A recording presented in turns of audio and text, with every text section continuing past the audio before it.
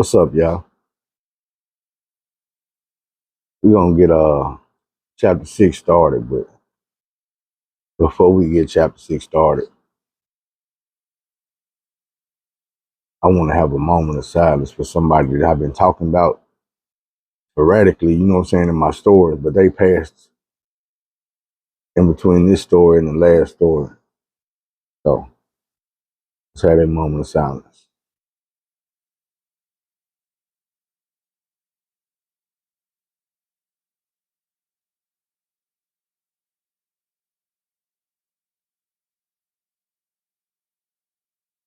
All right. The person that passed is Reverend Hezekiah David Stewart Jr. Yeah, I remember when I first got out of prison, my mama took me to go see the Reverend. This that Reverend, the one that talked to me like a man and told me how to handle my business, how to fall back and not rush out into society and trying to catch up. You know what I'm saying? Not trying to get up with all the old homies or stress about finding a job. You know what I'm saying? Just fall back and get a peace of mind before I jump out here in the world again because things will change. And I'm grateful for that advice. Another thing I'm grateful for is, y'all know I'm not like an overly religious person, man. I'm more spiritual than religious. But throughout my life, I would say that's the only pastor that I had a chance to get to know that I never seen the bullshit. Like I knew other pastors. Like I ain't gonna sugarcoat it. The pastors at the church that Reverend Hezekiah Stewart Jr. was at, the one that's there now, I knew dude before he was there. And he was a womanizer. And he was a drunk. You know what I'm saying? Like dude was my barber. You know what I'm saying? When I first went to the first barber, I'm gonna give y'all this story too. But I first went there, man, dude was hating on me about females. It was like 19, 20 years old. I'm just barely 20 something, you know what I'm saying? But this nigga's in his 40s. He hating on me about these females he married. And this female that he was hating on me about do his wife and his twin daughter's hair. I just look at dude like, bro, man, it was so much shit. I'm not gonna get in it. But it just made me appreciate and respect Reverend Stewart even more for trying his best to be a man of faith. Because a lot of these dudes that try, they just on the hustle shit. And it's fitting that I would tell y'all that because I look at pastors the same way I look at pimps. That's a pimp book. You know, if you ask me since the beginning, pimps and pastors have been the same thing. They just got a different message. But they both get paid off what's coming out their mouth. You get paid to have the right thing to say at the right time. And I'm telling you, if that ain't what you want your pastor to do, have the right thing to say at the right time, when you need him to say something, you want him to say something. It's going to get you where you need to be at.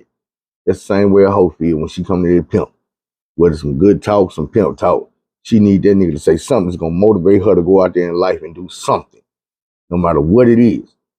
So, with that being said, man, rest in peace to Reverend Stewart. And let's go and get into chapter 6. But before we get into chapter 6, I know y'all seen on the intro that we got some guest stars, so let me break it down.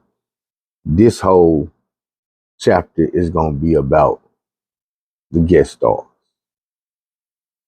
When we left off on chapter 5, also Mally was on one. He was wrecking shit. He was on one. So now we're going to explain a little bit of also Mally past of why he's so fucked up. You know what I'm saying? So let me explain to you who these characters are. First, you got Fran. Fran is short for Francis. And Francis is Francis O'Malley, which is Officer O'Malley as a youngster. Fran is 10 years old. Next, you got Amy O'Malley. Amy O'Malley is Fran's sister. She's 7. You got Jean O'Malley, which is Fran's mother. She's a nurse. She also doubles as a midwife. And you have the stepfather, John Marks. And I say stepfather, but it's more of a boyfriend, but they've been together long enough. Might well be the husband. They're just not married. Now, if we take a trip back in the time, I want y'all to realize this is like in the 50s. Things are different. The way the world is looked at is different. The way things moving is different. Also, Mally is a kid, 10 years old, and he's excited today because baseball season is on. And I'm not talking about Major League Baseball. I'm talking about Little League Baseball. It's time for him to go play baseball. Only thing is, he wasn't sure if he was going to make it to the game because his wife and his mama, being a nurse, doubles as a midwife.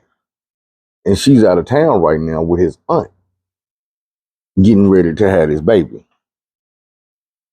So she been gone a couple of days, and she gonna be gone probably another week or so. And Fran is kind of, he's frantic. He trying to figure out, what I'm saying, his step-pop's gonna take me to the game because step-pops don't never do nothing with him. John Marks don't never do nothing with these kids. But this day he told him, yeah, get your clothes on, you put your dress on, we going to the baseball game. The kids excited, they ready to get out the house, they to go to this baseball game. They get to the car, and John tell Fran, hey, you want to drive?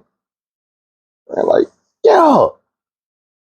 I go the keys at him a little bit, toss them to him, let him get on behind the wheel. Sis get in the back seat, John Marsh get on the passenger side. The baseball field ain't nothing but a few blocks down the road. But he let the boy drive down there. He get into the parking lot, and he tell him, hey, go and get all your stuff. Go on out there and warm up with the rest of the kids. And since I let you drive up here, I'm going to let your sister drive around the parking lot just to make it even. So we're like, all right, he get all his stuff out the back seat.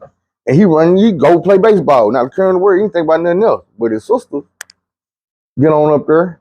John Marsh slide over into the driver's seat. And he sit the girl in his lap. And they go driving off through the parking lot. And then they drive out of the parking lot. And they drive down the street a little bit. And they turn like they going in the park. But when you going in the park, it's a driveway entrance, you know what I'm saying? Like the parking lot. But if you go on down a little bit, it's a dirt road that goes beside the park, round back behind the park to the lake. And that's the road they took.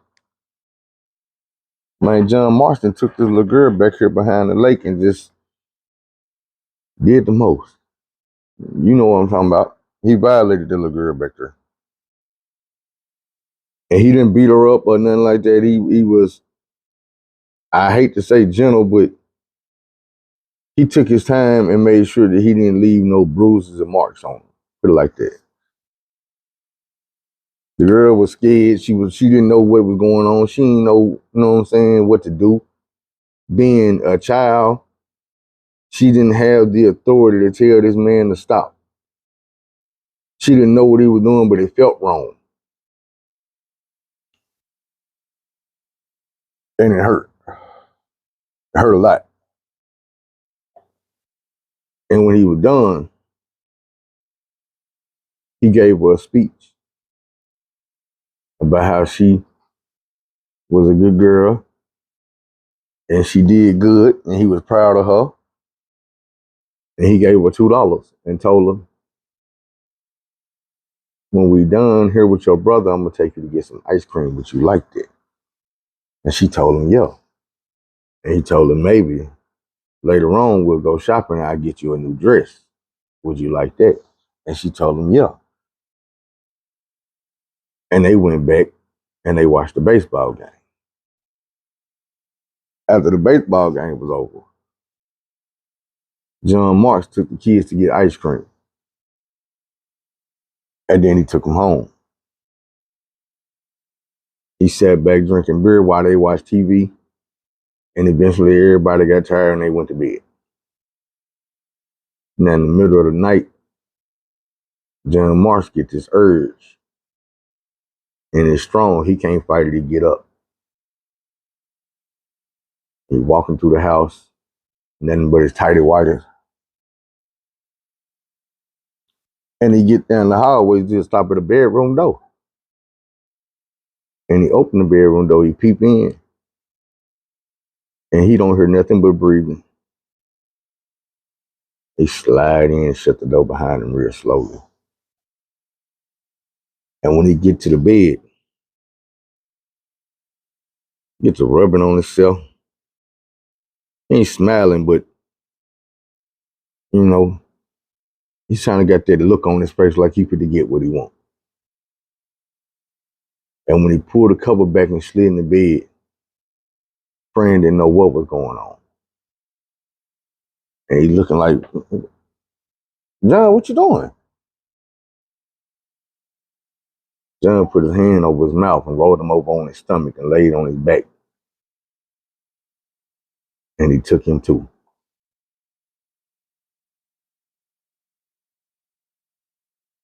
He didn't give Fran the speech that he gave his sister. But the next day, he got the kids dressed and he took them to his sister's house and he dropped Amy off. And he gave his sister $5 and told him, hey, go find Amy a dress. I'll be back.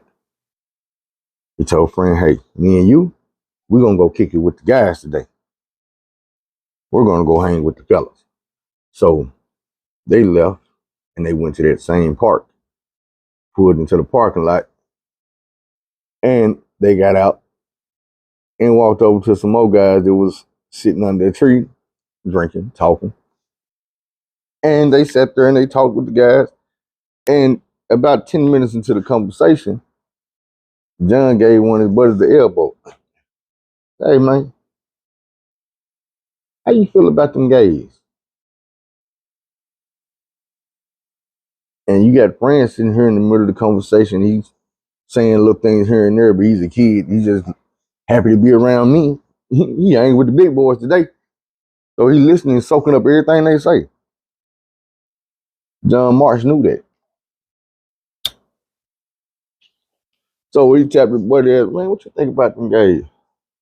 His boy like, oh man, you know, we don't do them gays around here. Everybody else chime on in. No, sir. We don't allow that. We don't hang with them. We don't want them here. We don't want them in school. We don't want them around our kids. Gays almost as worse as a nigga. Only thing worse than a nigga is a gay nigga. So Fran is sitting here and he's like, okay, I want to be gay. They move on. They talk about baseball and they talk about football. They drink a couple more beers.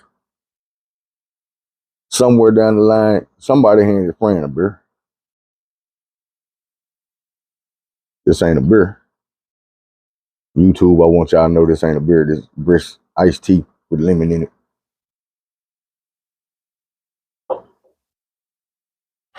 And I don't condone underage drinking whatsoever. So these guys are sitting here and they drinking with Fran, 10 years old, making them feel part of the group. You know, Fran ain't had too many friends. But came to an end. It's time to go pick up sis. And the way things are going is like John Marsh get him in the car and he's running down the freeway, he stops and he talk to you for a sec. He pull over on the side of the freeway. Like right on the side of the freeway. And he telling me like, Fran, now You heard what the guy said about gays, right? And friend like, yeah. He say, well, you know, after what you let me do to you last night, that makes you gay, right? And friend said, huh? He said, yeah. You let me do that last night, so now you gay. But I tell you what, since we both know that if anybody ever finds out you gay, you're not gonna have no friends. Nobody gonna want to play on their baseball team. They're not gonna want to play football with you. They're not gonna want to drink with you. The guy's not gonna want to hang around you. The girl's not gonna like you. I'm pretty sure your own mama gonna hate you. But I like you.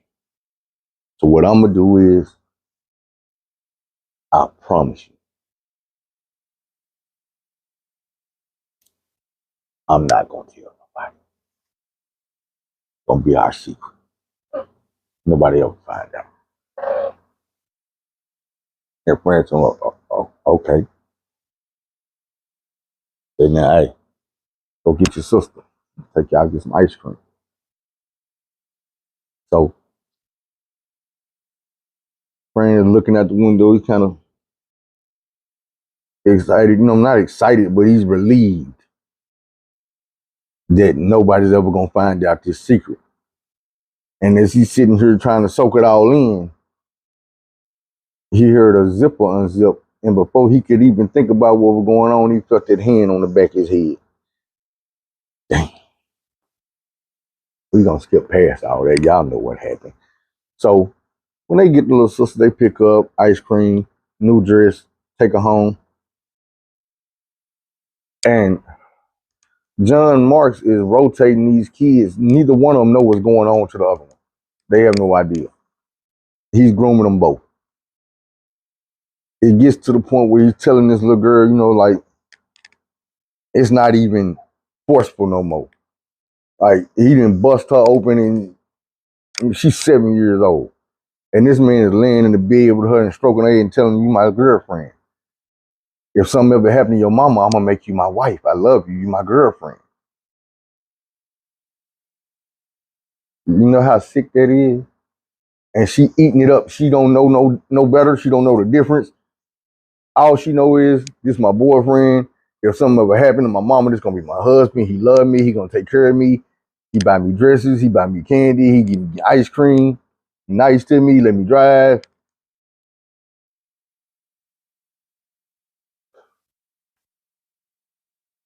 Mom eventually comes back, and it's more of the same. All of a sudden, you know, she knows he's taking an interest into the kids. He takes them to recitals.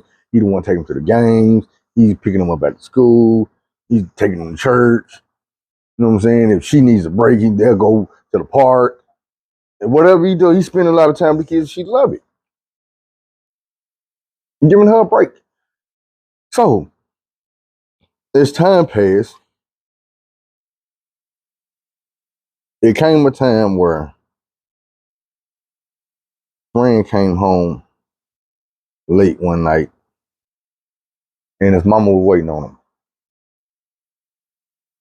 She had some news about the school he was going to, and she couldn't wait to tell him. So when he came home, not only was it an hour and a half late and she was waiting, but he was drunk because friend had never stopped drinking. He was about 11 years old around this time, about to be 12. So he come home and his mama kept him drinking, and it's like, oh my God, who is this child? You drinking? Where do you even get alcohol?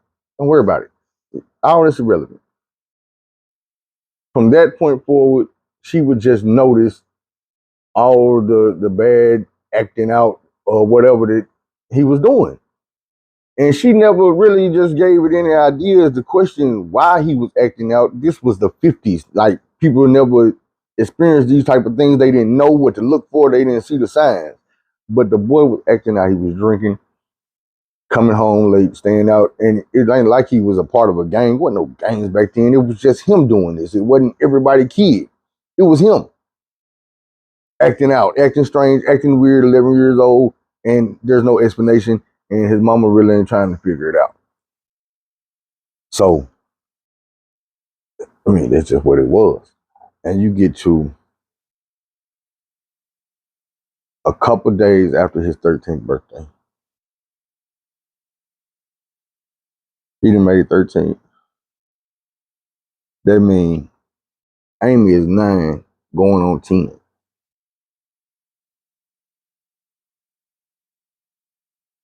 Mom is getting ready to do laundry. And as she's going through clothes, she finds a pair of Amy panties with blood in them. But Amy only 9 years old, so she know this ain't no period. And her first mind goes back to the men in the house. She love them both, but she know you got one that's in here acting a straight ass. He's acting a donkey. This motherfucker been drunk. Police done had to bring him home. He vandalizing shit. You know what I'm saying? So her first thought go to, Fran did this. And when she approached Amy, it was not has anybody touched you type of thing. It was, I found this blood in your panties. What did Fran do to you? Has Fran been having sex with you? And Amy, caught off guard, didn't really know how to answer it, but she knew that she didn't want to tell on her boyfriend. She didn't want to get him in trouble. They didn't have this talk of what to say and what to do if anybody ever came in and asked these questions. She's been groomed. So she just started to cry. And her mama started to cry. And her mama hugged her and they cried together. Now, Fran wasn't home. Mama was frantic and she found out, I ain't gonna say she found out, but she went and found the stepfather and they all kind of had a family meeting about this pair of bloody panties and these tears that was falling. And a few hours later, when Fran finally made it home, he walked into the house and the first thing he see on the couch is step pops, moms, Amy. Amy crying. Mama look like she been crying. Step pop won't even really look at him. He kind of looking off to the side. And he like, what's going on? The way this man feel like he just walked into a damn intervention or some shit. Like, what's going on? And his mama telling him, how could you? What you mean? She hold up the pennies and tell him, we know what you've been doing to your sister. She told us everything. And he look at his mama like, Mama, what do you mean? And step pop just turned his head slow and tell him, we did everything we could do for you. Looking at step pop like, hold on, John, what are you talking about? And his mama told him, look, Dr. Ralph is gonna take you with him and they gonna see if they can help you. And Fran never really noticed Dr. Ralph and the two large men standing in the kitchen. But as he did, the two large men was positioning themselves around him to where he couldn't get out the door and he couldn't run to the back of the house. And Dr. Ralph walked up and he told him, look, son,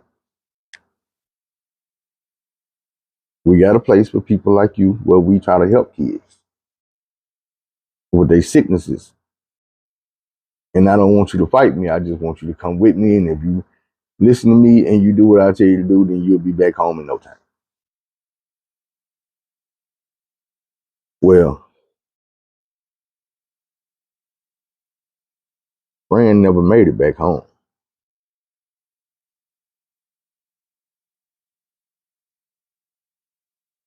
Fran spent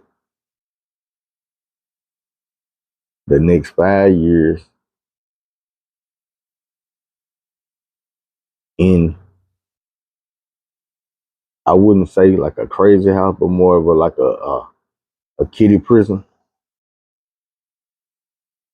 Every day thinking about how his sister and his mama betrayed him, about how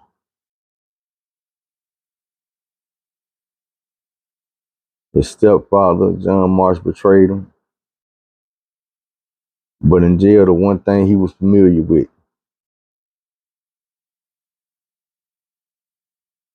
was the men that were laying on his back, humping away, fucking his head up. And the sad part is, he's not really sure when, but at some point, friends started liking that shit. He didn't know how to tell nobody. He remembered the conversations that they had about being gay. Fran was a big dude. He got big real quick, tall and wide. He was big enough to fight off 90% of the dudes who did that to him. But he let it happen.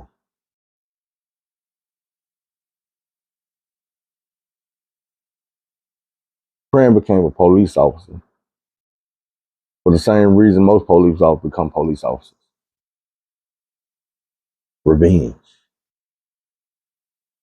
Fran wanted revenge on women. He wanted revenge on men. He wanted revenge on tough guys. He wanted revenge on people.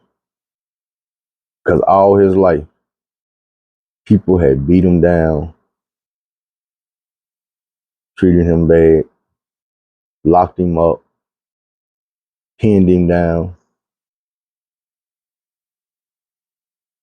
tossed him to the side.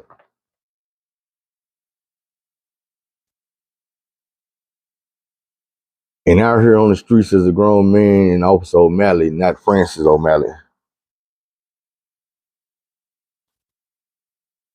The man's still battling some demons. But it's one person that knows his secret and help him with his problems. We're going to get into that later.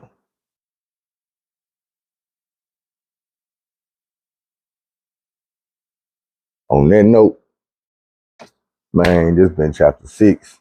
I hope y'all liked it. It's been a while. I'm going to get back on it, man. I salute y'all, man. Everybody's fucking with your boy. I appreciate it, man. Thank you. We're going to get back with chapter 7.